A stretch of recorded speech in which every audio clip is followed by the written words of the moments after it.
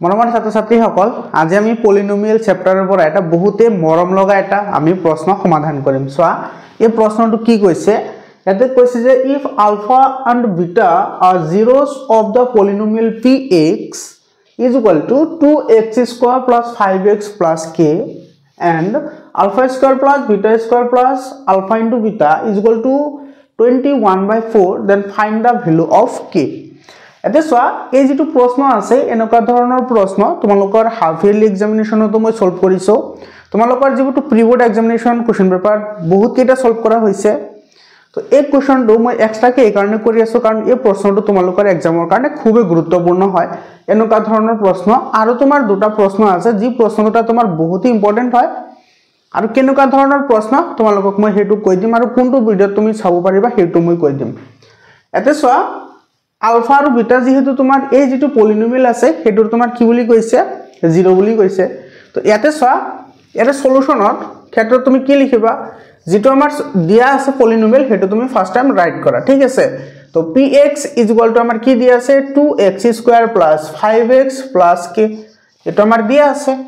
এটি ইয়াৰ পৰা সোয়া আমি সকলোৱে জানো যে শূন্য দুটাৰ যোগফল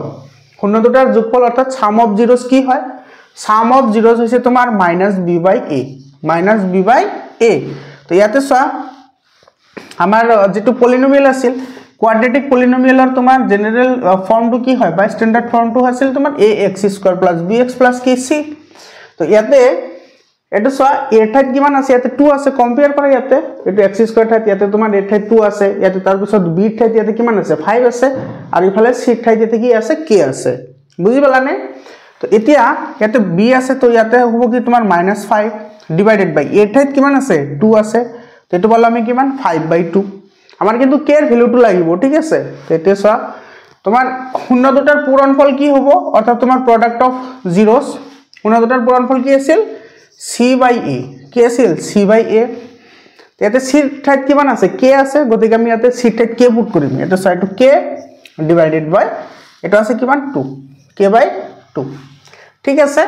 এতিয়া সোয়া আমাৰ এইখিনি তো হৈ গল কিন্তু ইয়াতে আমাৰ এটা ইকুয়েশন দিয়া আছে α² + β² + α * β = 21/4 তো তুমি এই ইকুয়েশনটোৰ পৰা তুমি এটা অলপ কাম কৰিব লাগিব সেই কামটো কি সোয়া এতে তুমি এনেকে লিখিবা given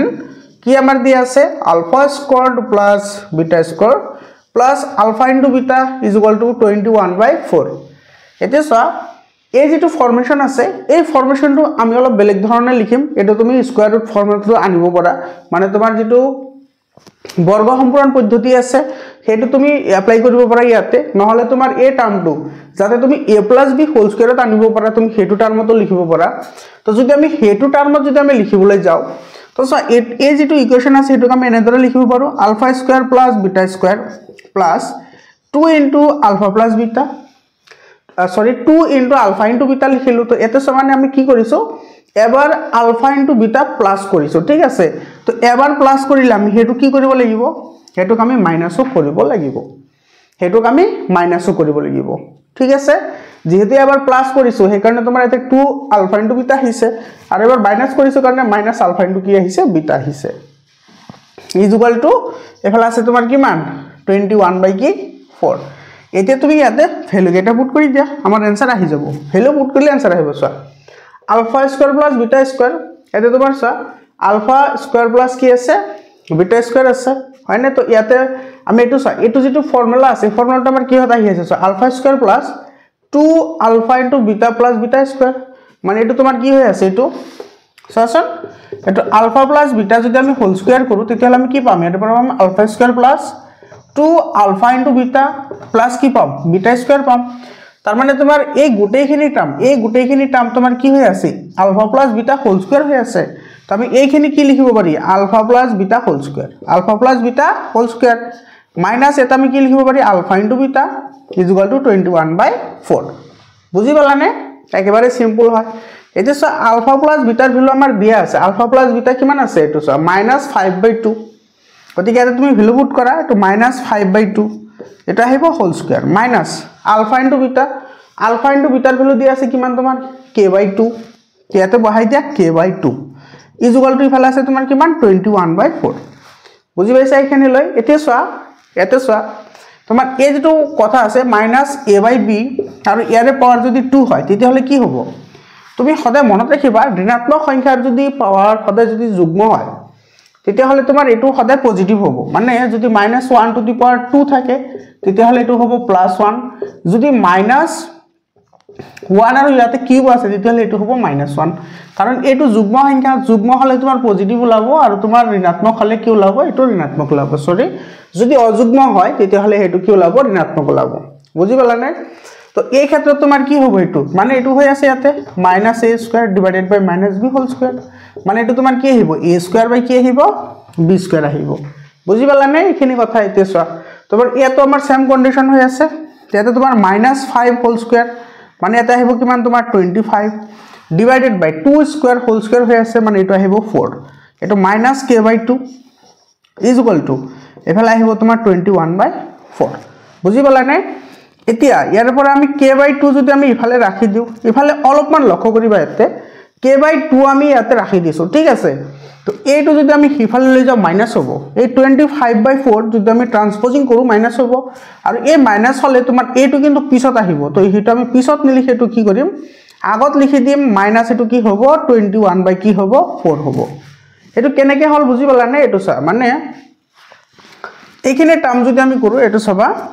25/4 -k/2 is equal to 21 by কি আছে 4 আছে এটো হ'ব তোমাৰ -k/2 is equal to 21/4 -25/4 তো ইয়াতে -k/2 is equal to এটো যদি আমি প্ৰথমত লিখো তেতিয়াহলে এটো হ'ব কি -25/4 এটো ইফালে আহিব +21/4 ইয়াৰ পৰা তুমি মাইনাস কমন লোৱা মাইনাস কমন ললে এতে মাইনাস আহিব ইফালে থাকিব 25/4 ইয়াতে তোমাৰ কি হৈ যাব মাইনাস আহি যাব এটো 21/4 হ'ব সো এইটো কথা মই ইয়াতে ডাইৰেক্টলি লিখি দিছো তো ইফালে তোমাৰ এটো মাইনাস আৰু মাইনাস কি যাব ক্যান্সেল যাব তুমি এইখিনি লিখাৰ দৰকাৰ নাই ঠিক আছে তুমি এইখিনি বুজিব লাগে তো তোমাৰ ইয়াতে আমি এইখিনি পাই গলো তো এতিয়া চা মই বাকিখিনি মই ইয়াতে কৰিছো ইয়াতে চাবা k/2 ইফালে আছে কি k/2 is equal to ইফালে 25/4 আৰু ইফালে আছে তোমাৰ -21/4 ইয়াৰ পৰা 4 এলসিএম আহিব এটো এলসিএম হ'ব কিমান 4 আৰু ওপৰত আছে 25 ৰ পৰা যদি 21 যায় মাইনাস হয় মাইনাস হলে তোমাৰ কি হ'ব 21 ৰ পৰা যদি 21 যায় তেতিয়াহলে এটা কি থাকিব 4 থাকিব হয় নাই 25 ৰ পৰা 21 গলে 4 থাকিব দ্যাট মিন্স তোমাৰ এটো কি হ'ব k/2 is equal to কি হ'ব 1 হ'ব ইয়াতে 1 আছে গতিকে এটো কি হ'ব k is equal to 2 k এর ভ্যালু কি হ'ব 2 হ'ব তো এইটোই হৈছে আমাৰ আনসাৰ বুজি পাইছা নে এতিয়া সব তোমালোক কৈছিল যে দুটা প্ৰশ্ন আৰু আছে তাৰে ভিতৰত এটা হৈছে সব এনেকুৱা ধৰণৰ কোৱেশ্চন যেটো আহে যে alpha plus beta is equal to alpha into beta আৰু এটা আছে তোমাৰ যে শূন্য এটা আনটোৰ প্ৰতিক্ৰম হয় অৰ্থাৎ তোমাৰ এটা আনটোৰ ৰেচিপ্ৰকেল হয় হয়নে তো তোমাৰ এনেকৈ হাইব পাৰে যে তলৰ যেটো সমীকৰণ দিয়া আছে বা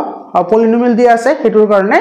কি কৰিব লাগে যদি শূন্য দুটা এটা আনটোৰ কি হয় প্ৰতিক্ৰম হয় অৰ্থাৎ ৰেচিপ্ৰকেল হয় তেতিয়াহলে এটোৰ আমি জিৰো ফাইন্ড আউট কৰিব লাগে তো এনেকুৱা ধৰণৰ কোৱেশ্চন আহিব পাৰে তো তোমালোকৰ এনেকুৱা ধৰণৰ প্ৰশ্ন মোটামুটি মই 10-12 বাৰ কৈ কৰিছো প্ৰত্যেকটো ভিডিওতে আৰু তোমাৰ যেহেতু প্ৰি-বোৰ্ড এক্সামিনেশনত তোমাৰ এনেকুৱা ধৰণৰ কোৱেশ্চন একেবাৰে কমন হয় তো তাতে কৰিছো তোমালোকে প্ৰি-বোৰ্ড এক্সামিনেশনৰ কোৱেশ্চন পেপাৰবোৰ চাই লবা বহুত ইম্পৰ্টেন্ট হয় মৰমৰ ছাত্ৰ-ছাত্ৰী সকল যদি বুজি পাইছা তোমালোকে ভিডিওটো লাইক কৰিবা কমেন্ট কৰি জনাবা ধন্যবাদ